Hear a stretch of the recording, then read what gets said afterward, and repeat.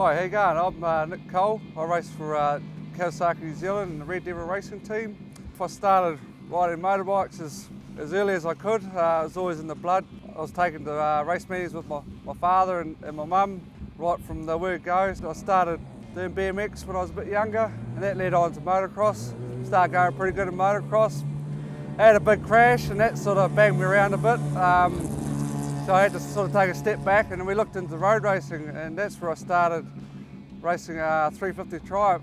That was my first road bike and race bike really, and from then on it led on to bigger and better things. I jumped onto the 600 and I campaigned that for 3 years until I finally got onto a race winning machine, won the championship, and then from then on I jumped on the superbike. Superbike was the biggest learning curve I think I've ever had on any sort of two-wheel machine. They're totally different. The power, the way they ride, the way you got to set them up is just completely different. It's the biggest challenge I've ever had, and it's something that I've really enjoyed. Riding with these guys out there as close as we can. The front guys like Sloan Frost and the Andrew Strauss, and not have to worry about him T-boning me or I'm going to T-bone him. And so that just makes for amazing racing and gives me a real buzz and a real enjoyment for what I'm doing. And to get on something like this with 200 horsepower, and especially a place like today, Pukekohe, where you can get 300 kilometres an hour, it's just something that you're not going to get anywhere else.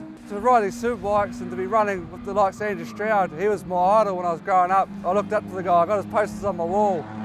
And to be running that guy, you know, beating him now and starting to beat him, which is a great thing. It's just, to me, it's the biggest thing. It's just something that sort of words can't describe.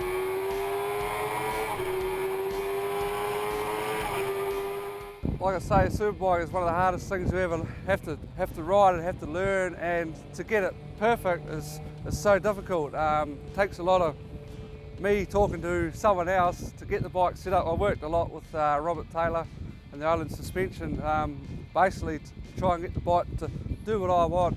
Every track this year was a new track for us for the bike, so we had no background data. Every place we went to, you know, we were going in pretty blind. We just sort of had a pretty good base set up, but we didn't really have enough time to get a great base set up. So we did struggle earlier on the weekends, but then we always seemed to come good by the last race, you know, and have a pretty good setup. So next year, hopefully all the plan goes well, we can turn up with a base setting and go fast straight away. And if we go fast straight away, we don't have to worry about the little things, you know, we can just concentrate on a fast race pace and go faster again.